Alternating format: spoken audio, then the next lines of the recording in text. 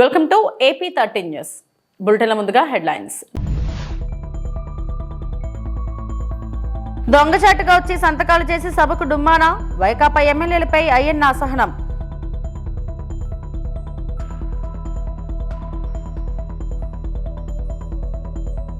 అందుకే హెల్మెట్ ధరించిన వారికి 1000 రూపాయల జరిమానా, హోంమంత్రి అనిత.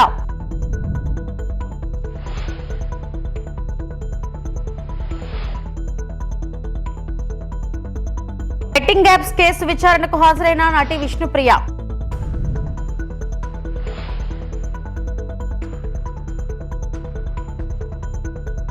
వైకాపాకు చెందిన ఎమ్మెల్యేలు శాసనసభకు రాకుండా సంతకాలు చేస్తుండటంపై స్పీకర్ అయ్యన్న పాత్రుడు ఆశ్చర్యం వ్యక్తం చేశారు.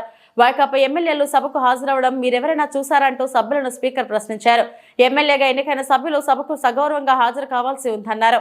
వైకాపా సభ్యులు ఎవరికి కనపడకుండా దొంగచాటుగా వచ్చి రిజిస్ట్రేషన్లో సంతకాలు చేయాల్సిన పనేముందని అసహనం వ్యక్తం చేశారు.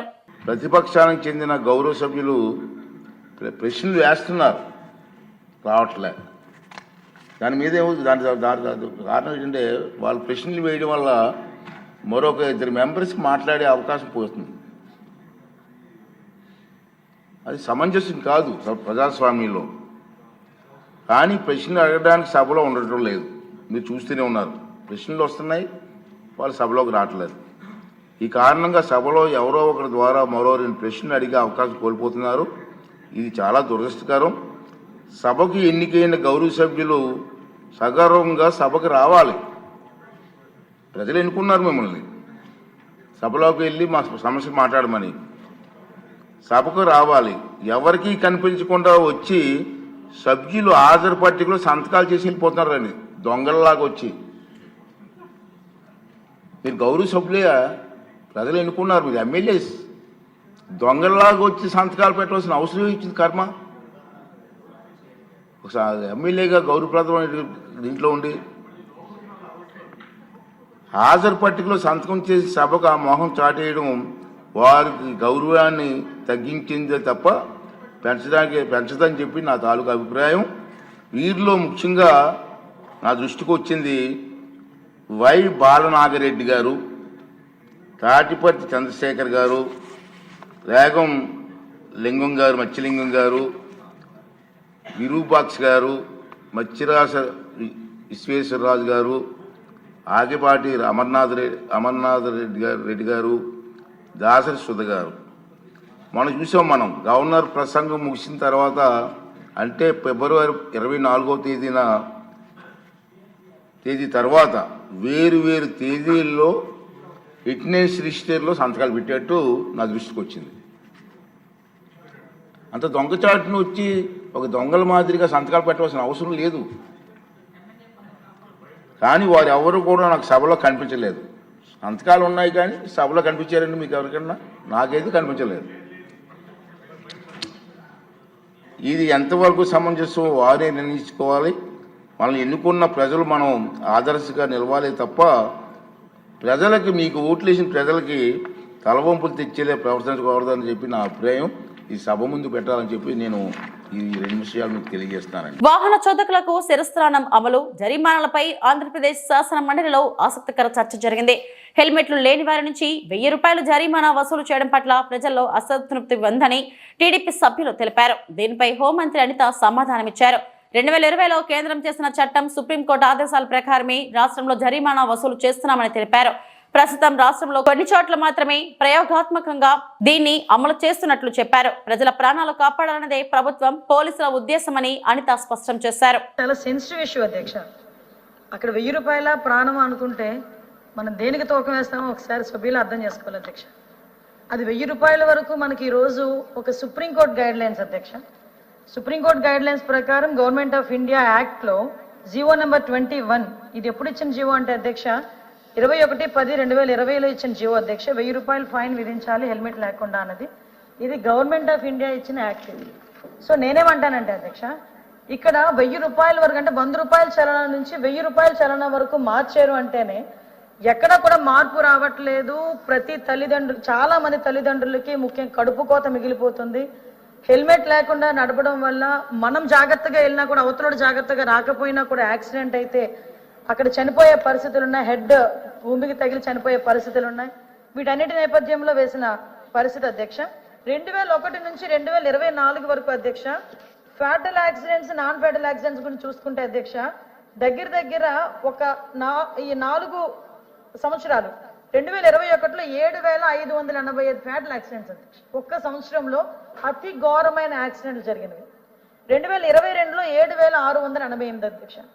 2023లో 7,516 అధ్యక్ష. 2024లో 6,902 అధ్యక్ష. అంటే సుమారుగా అతి ఘోరమైన ప్రమాదాలు ఎన్ని జరిగినాయో జస్ట్ సభ్యులకి మీకు ఇన్ఫర్మేషన్ ఇస్తున్నాం. అదేవిధంగా నాన్ ఫ్యాటల్ యాక్సిడెంట్స్ చూసుకుంటే అధ్యక్ష 10,000 దాటినాయి అధ్యక్ష అన్ని కలిపి. వీటిలో అధ్యక్ష కేవలం హెల్మెట్ లేని కారణంగా 2021లో అధ్యక్ష 2,577 మంది చనిపోయారు అధ్యక్ష.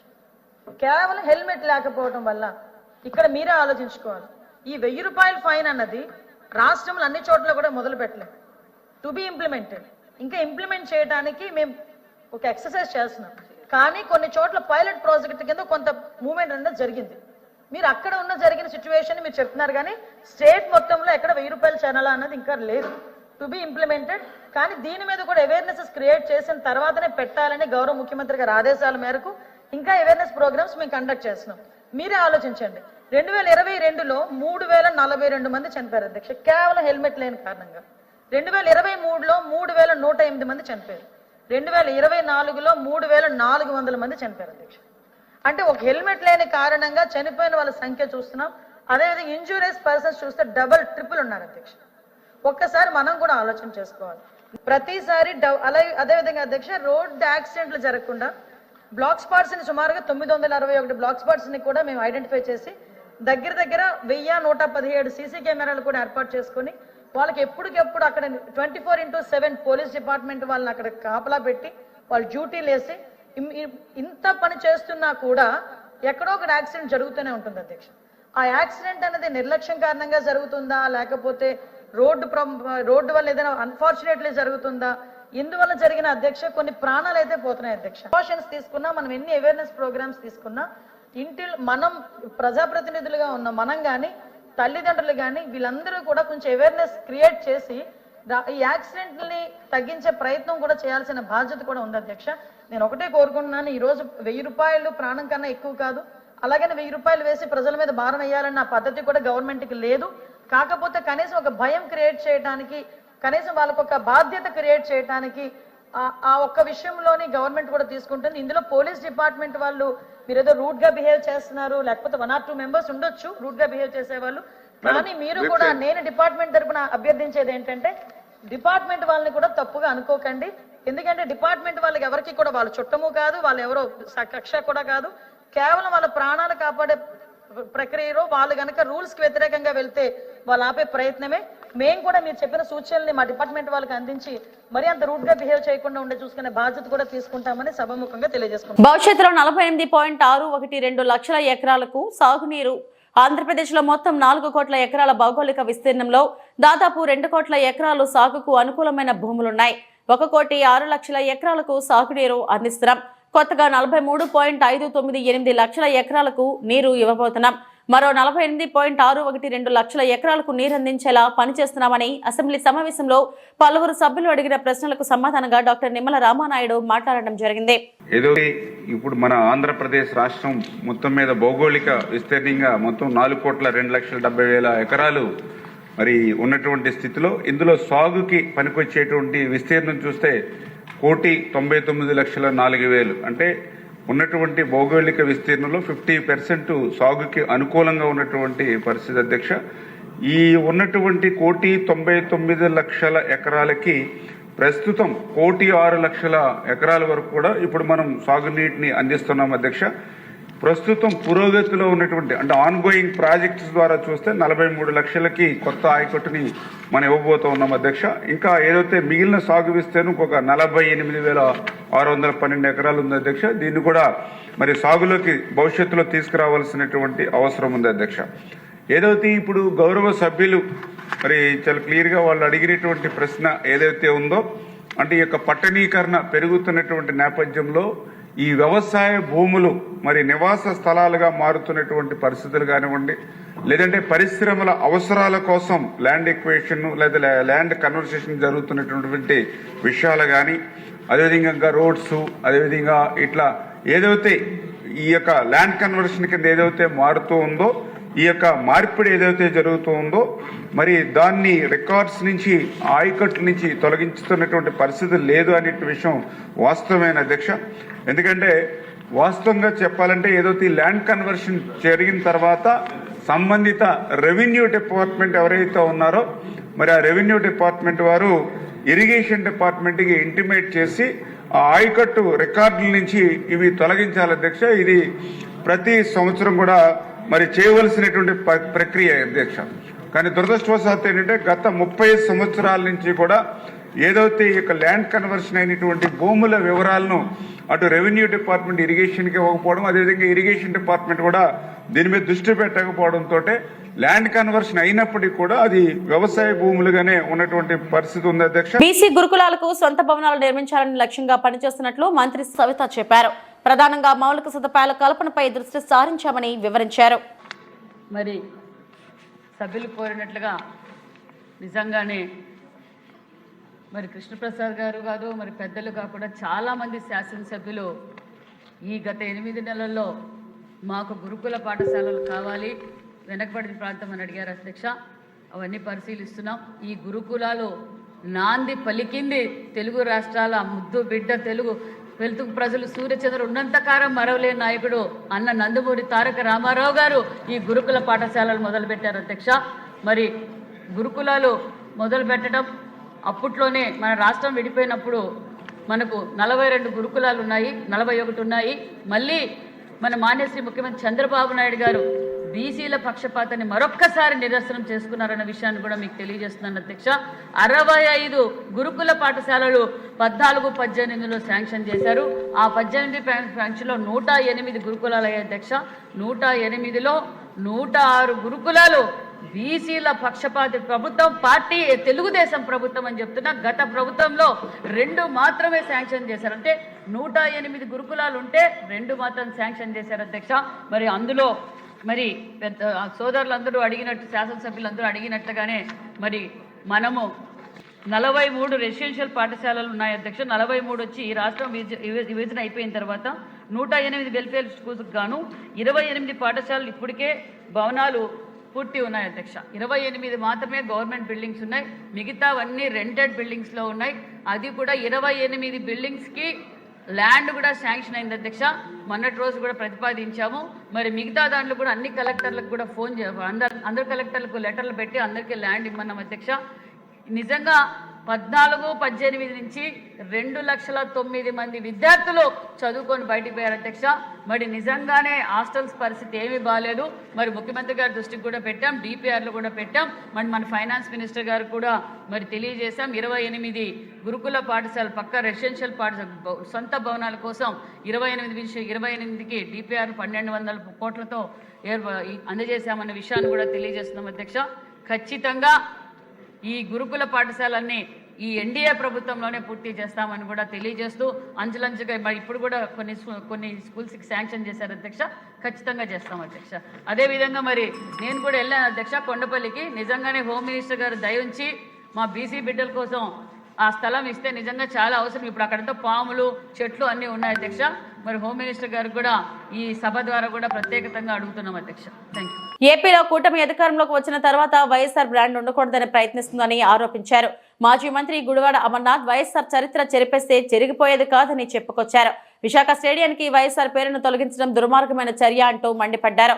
విశాఖ క్రికెట్ స్టేడియం వద్ద వైఎస్ఆర్సీపీ ఆధ్వర్యంలో నిరసన కార్యక్రమం జరిగింది. దివంగత మహానేత వైఎస్ఆర్ పేరును క్రికెట్ స్టేడియానికి తొలగించడాన్ని వ్యతిరేకిస్తూ వైఎస్ఆర్సీపీ నేతలు నిరసనలు చేపట్టారు. ఈ క్రమంలోనే తొలగించిన పేరును యథావిధిగా పెట్టాలని వైఎస్ఆర్సీపీ డిమాండ్ చేశారు. కార్యక్రమంలో కార్యకర్తలు, మద్దతుదారులు చేరుకుని కూటమి సర్కారుకు వ్యతిరేకంగా నినాదాలు చేశారు. చివరికి ఇది ప్రభుత్వం ఆధీనంలో లేకపోయినా ఆంధ్ర క్రికెట్ అసోసియేషన్ ఆధ్వర్యంలో, బీసీసీ ఆధ్వర్యంలో ఉన్నటువంటి ఇంటర్నేషనల్ స్టేడియంకి మీరు చూస్తే ఆ ఇంటర్నేషనల్ టికెట్స్ కూడా ఏదైతే టికెట్స్ ఇష్యూ చేసినప్పుడు కానీ, లేదా మొన్న రీసెంట్గా రేపు 24న జరగబోతున్నటువంటి ఐపీఎల్ మ్యాచెస్లో సంబంధించినటువంటి టికెట్లు ఇష్యూ చేసినప్పుడు కానీ దాని మీద కూడా వైఎస్ఆర్ స్టేడియం అనే మెన్షన్ చేశారు. తీరా ఈరోజు మీరు చూడండి, అక్కడ నూతనంగా ఒక ఆర్చ్ని నిర్మించారు. అలాగే స్టేడియంకి సంబంధించినటువంటి ఫసాడ్ కూడా నూతనంగా నిర్మాణం చేశారు. ఈ గేటు కూడా పూర్వం నుంచి ఆర్వీవీకే ప్రసాద్ గారి పేరిట మెయిన్ ఎంట్రన్స్ గేట్గా దానికి నామకరణం ఉంది. మరి దాన్ని ప్రసాద్ గారి పేరు పెద్దలు ఆర్వీవీకే ప్రసాద్ గారి పేరుని కొనసాగించారు. పైన ఉన్నటువంటి డాక్టర్ వైఎస్ఆర్ పేరుని మాత్రం పూర్తిగా తొలగించినటువంటి విషయాన్ని ఇక్కడ నేరుగా మీకు కనబడతా ఉంది, ఇక్కడ కనబడతా ఉంది. ఆ పైన ఉన్నటువంటి స్టేడియం పైన ఉన్నటువంటి ఆ నేమింగ్ చేసినప్పుడు కూడా ఆ ఫసాడ్లో కూడా కేవలం ఏసీఏ వీడీసీఏ ఇంటర్నేషనల్ స్టేడియం అని చెప్పి క్రికెట్ స్టేడియం అని చెప్పి మెన్షన్ చేశారు తప్ప రాజశేఖర రెడ్డి గారి పేరుని ఎక్కడా కూడా వారు మెన్షన్ చేయడం కానీ వారు ఎక్కడ వారి పేరు రాయడం కానీ లేదు. ఇది కూడా ఇక్కడ ఉన్నటువంటి రాజశేఖర రెడ్డి గారి విగ్రహం ఇది మేము పెట్టిందో లేదా ప్రభుత్వం పెట్టిందో కాదు. నేరుగా ఆ రోజు ఆంధ్ర క్రికెట్ అసోసియేషన్ ఆధ్వర్యంలో ఆ రోజు రాజశేఖర రెడ్డి గారి విగ్రహాన్ని ఇక్కడ స్థాపించారు. దానికి ఎంట్రీ గేట్ కూడా మీరు చూసుంటారు. ఇప్పుడు మేము పూలదండ వేయడానికి వెళ్ళినప్పుడు కూడా స్టేడియం లోపలికి వెళ్ళి దానికి ఎంట్రన్స్ ఉందనేటువంటి విషయాన్ని కూడా మీరు అందరూ కూడా గమనించారు. రాజశేఖర రెడ్డి గారి పేరుని తొలగించారా లేదా అనేటువంటి దాని మీద అనుమానాలు అనేక మందికి ఈరోజు రాష్ట్ర వ్యాప్తంగా ఉన్నాయి. తెలుగు వారి గుండెల్లో వైఎస్ఆర్ అనేటువంటిది ఒక బ్రాండ్ అనేటువంటి విషయాన్ని అది ఎవరు చెరిపితే చెరిగిపోయేదో లేకపోతే ధ్వంసం చేస్తే కరిగిపోయేదో లేకపోతే కనపడకుండా పోయేదో అనుకుంటే ఈ తాలూకు అమాయకత్వం. వేల గుండెల్ని కాపాడాడు, వేల మంది ప్రాణాలను కాపాడాడు. బెట్టింగ్ యాప్స్ వ్యవహారంలో పోలీసుల దర్యాప్తు కొనసాగుతుంది. ఇప్పటికే 11 మంది యూట్యూబ్ ఇన్ఫ్లుయెన్సర్లను పంజాగుట్ట పోలీసులు నోటీసులు జారీ చేసిన విషయం తెలిసిందే. ఈ క్రమంలో నటి విష్ణుప్రియ నేడు విచారణకు హాజరయ్యారు. బెట్టింగ్ యాప్స్ కు సంబంధించిన వివిధ అంశాలపై పోలీసులు ఆమెను ప్రశ్నిస్తున్నట్లు సమాచారం. విచారణకు హాజరయ్యేందుకు మరికొంత సమయం కావాలని పలువురు యూట్యూబర్లు కోరారు. నోటీసులపై మీ స్పందన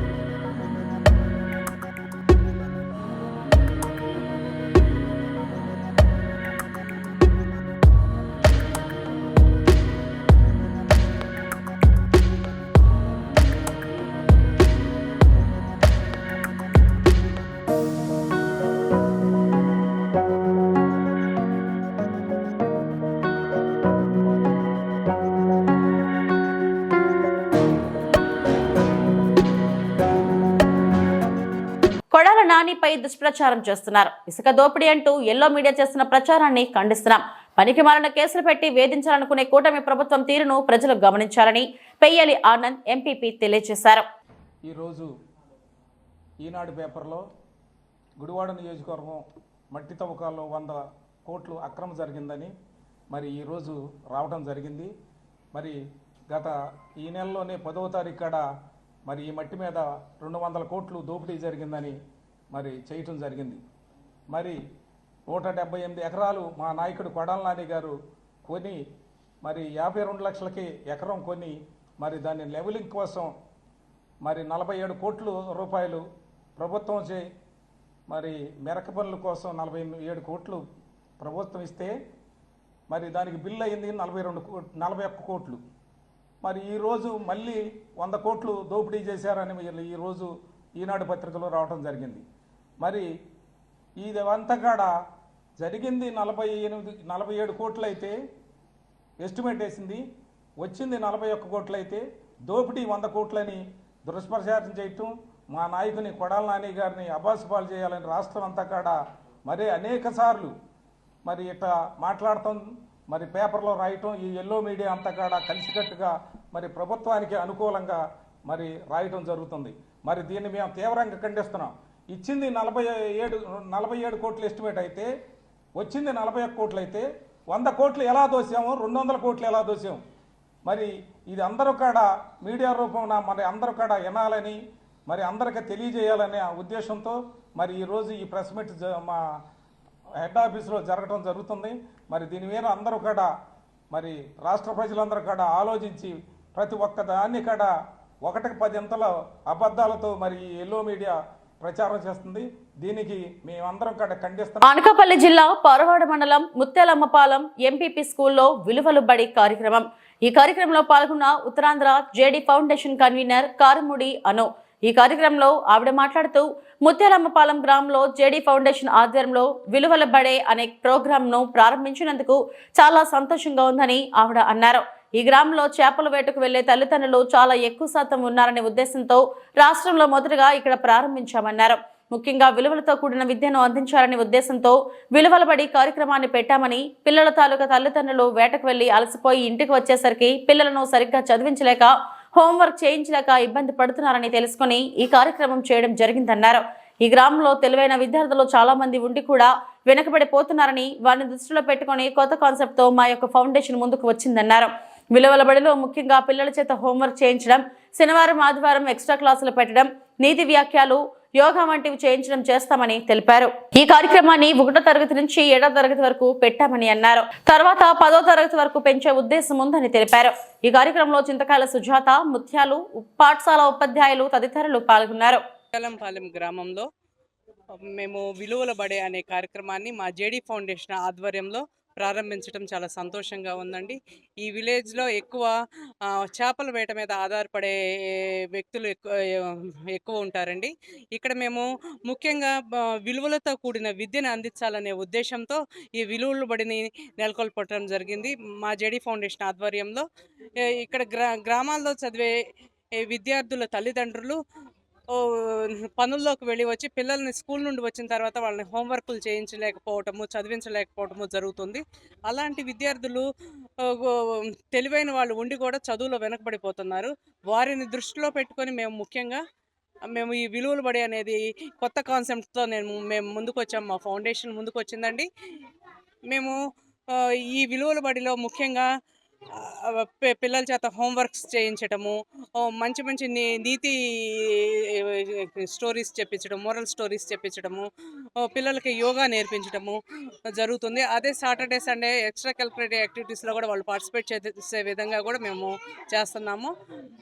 ఇక్కడ పిల్లలకి విలువల బడిలో ముఖ్యంగా పిల్లలకి క్రమశిక్షణ, గురువులను గౌరవించటము, నీతి, నిజాయితీ అనేది ముఖ్యంగా నేర్పుతామండి. అలాగే మేము స్టేట్ మొత్తం కూడా ఇవి స్ప్రెడ్ చేయాలనుకుంటున్నాము.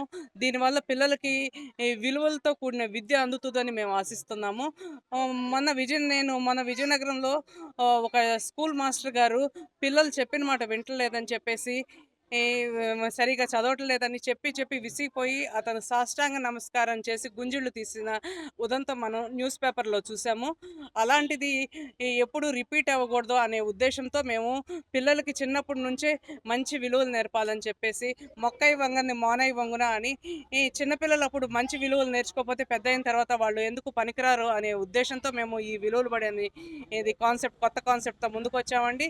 ఈ పిల్లల్ని స్కూల్లో ఇప్పుడు ఫస్ట్ క్లాస్ నుంచి మేము 7th 8th క్లాస్ స్టూడెంట్స్ వరకు ఈ విలువల బడికి వస్తున్నారు. ముఖ్యంగా 10th క్లాస్ స్టూడెంట్స్ వరకు కూడా పెంచే ఉద్దేశం ఉంది మాకు. తప్పకుండా ఇది సక్సెస్ చేయాలని కోరుకుంటున్నాను. అలాగే నేను ఇక్కడ అడిగిన వెంటనే గ్రామ పెద్దలందరూ నా సహకరించి చాలా ఆనందంగా ముందుకు వచ్చారు. ఈ గ్రామంలో పిల్లలందరికీ ఇది చాలా ఉపయోగపడుతుందని చెప్పేసి నేను ఆశిస్తున్నానండి. డాక్టర్ బిఆర్ అంబేద్కర్ కోనసీమ జిల్లా రాజోలు నియోజకవర్గంలో ఈ నెల 23న మెగా ఆర్యవైశ్య వధూవరుల ఉచిత పరిచయ వేదికను సద్వినియోగం చేసుకోవాలని ఆర్యవైశ్య సంఘం జిల్లా అధ్యక్షులు తెలిపారు. గన్నవరం మండలం చాకలిపాలెంలోని కృష్ణ బాలాజీ కన్వెన్షన్ హాల్ నందు మెగా ఆర్యవైశ్య ఉచిత వధూవరుల పరిచయ వేదికను ఈ మార్చి 23న నిర్వహించినట్లు ఉమ్మడి తూర్పుగోదావరి జిల్లా ఆర్యవైశ్య సంఘం అధ్యక్షులు కంచెల వెంకట్రావు తెలిపారు. పరిచయ వేదిక సావనీర్ పుస్తకాలను ఈ రోజు రాజోలు మండలం తాటిపక్క గ్రామంలోని కంచర్ల బాబీ నివాసం వద్ద విడుదల చేశారు. ఈ సందర్భంగా మాట్లాడుతూ రాష్ట్ర ఆర్యవైశ్య ముఖ్య నేత శివరామ సుబ్రహ్మణ్యం సూచనల మేరకు ఎటువంటి లాభాపేక్ష లేకుండా ఆర్యవైశ్యులకు సహాయపడాలనే మంచి సంకల్పంతో ఈ కార్యక్రమం నిర్వహిస్తున్నట్లు తెలిపారు.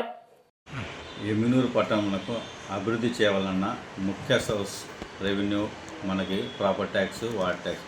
ఈ పన్నులు చెల్లించవలసిందిగా పట్టణ ప్రజలకు తెలియజేస్తున్నాను. పట్టణం నందు అభివృద్ధి చేయటకు గాను మన ఎమ్మెల్యే గారి ఆధ్వర్యంలో కానీ మన కమిషనర్ గారి ఆధ్వర్యంలో కానీ అభివృద్ధి పనులు చాలా తొందరగా జరుగుతున్నాయి.